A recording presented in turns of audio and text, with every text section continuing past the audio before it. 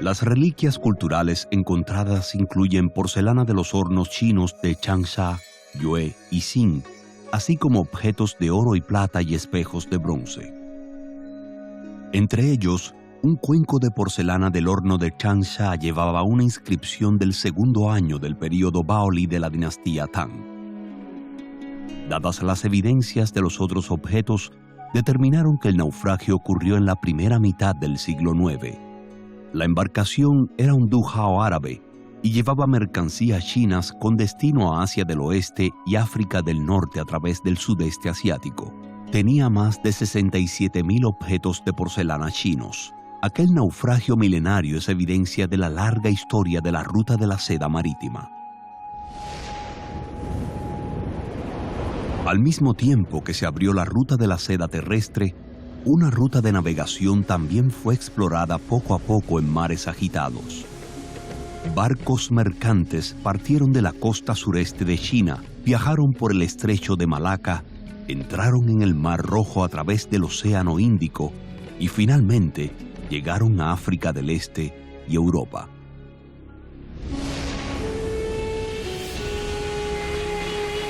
En la península de Shihu, en Xuanzhou, un camino de piedra conecta el antiguo puerto de Shihu con el moderno terminal de carga. A lo lejos, la pagoda Liushen, construida en la dinastía Song del norte, atestigua esta herencia milenaria.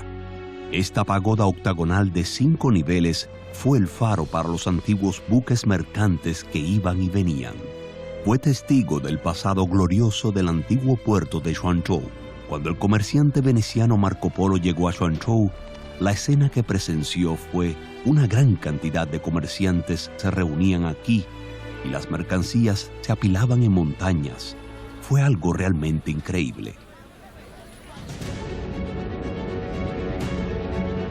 Recibiendo a comerciantes de todos los países en medio del mar creciente, el puerto de Xuanzhou, conocido antiguamente como Zitong, fue el importante punto de partida y centro comercial en la antigua ruta de la seda marítima. El viajero marroquí Ibn Battuta describió: Zitong es uno de los puertos más grandes del mundo. Fui testigo de cómo cientos de galenos partían desde allí. En el vasto océano, aquella escena de velas en alto, navegando día y noche, nos recuerda la gloria legendaria de la ruta de la seda marítima y nos deja una sabiduría histórica en la larga civilización humana. Indonesia fue un importante terminal de la antigua ruta de la seda marítima. El 3 de octubre de 2013, los cocoteros se veían exuberantes en Yakarta. El presidente chino, Xi Jinping, pronunció un importante discurso ante el Congreso indonesio y expuso en profundidad la gran visión de construir la ruta de la seda marítima del siglo XXI. 东南亚地区自古以来就是海上丝绸之路的重要枢纽。中国愿同东盟国家加强海上合作，使用好中国政府设立的中国东盟海上合作基金，发展好海洋合作伙伴关系，共同建设21世纪海上丝绸之路。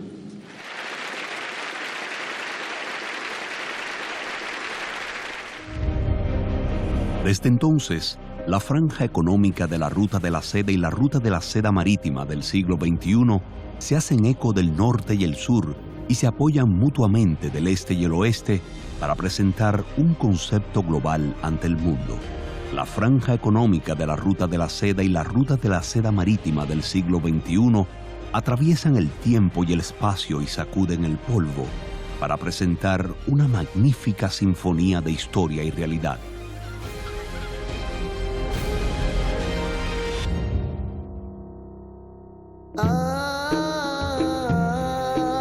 El sudeste asiático se encuentra entre Asia y Oceanía, custodiando la confluencia de los océanos Pacífico e Índico. En el pasado, el comercio marítimo trajo abundancia y prosperidad a la zona.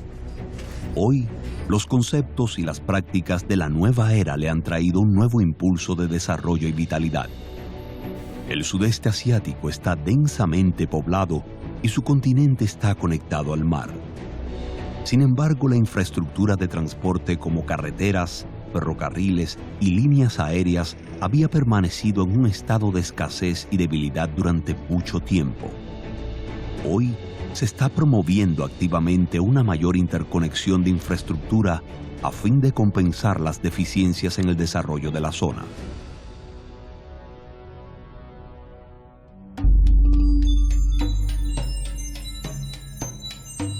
Laos es el único país sin litoral en el sudeste asiático y casi no contaba con trenes. Construir un ferrocarril entre China y Laos fue una gran idea que había existido durante mucho tiempo. Se extendería desde el puerto fronterizo de Boten hasta la capital, Vientiane, con un largo total de 418 kilómetros. A partir de abril de 2010, la negociación, la preparación y la construcción del ferrocarril China-Laos tardó 6 años. Finalmente, la línea se inauguró en diciembre de 2016.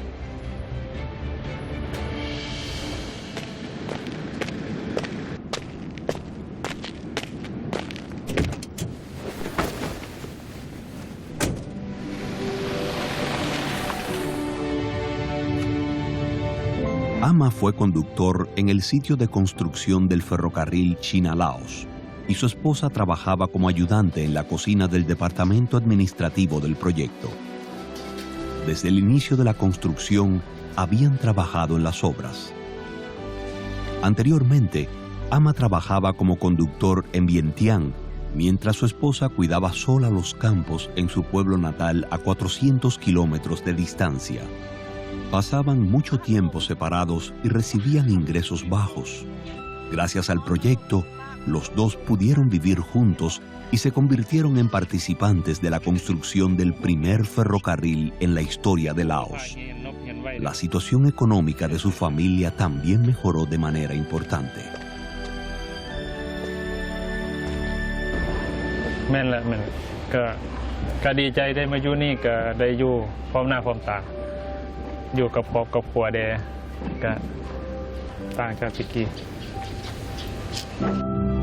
Ama compró este camión ligero hace poco y planeaba trabajar en el transporte con su esposa después de la finalización del proyecto.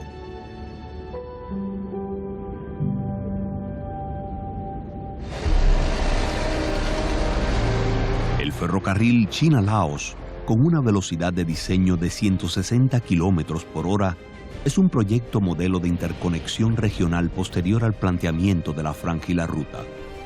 Gracias a este ferrocarril, Laos se transformó de un país sin litoral a un país unido por tierra, completando un salto en el desarrollo nacional.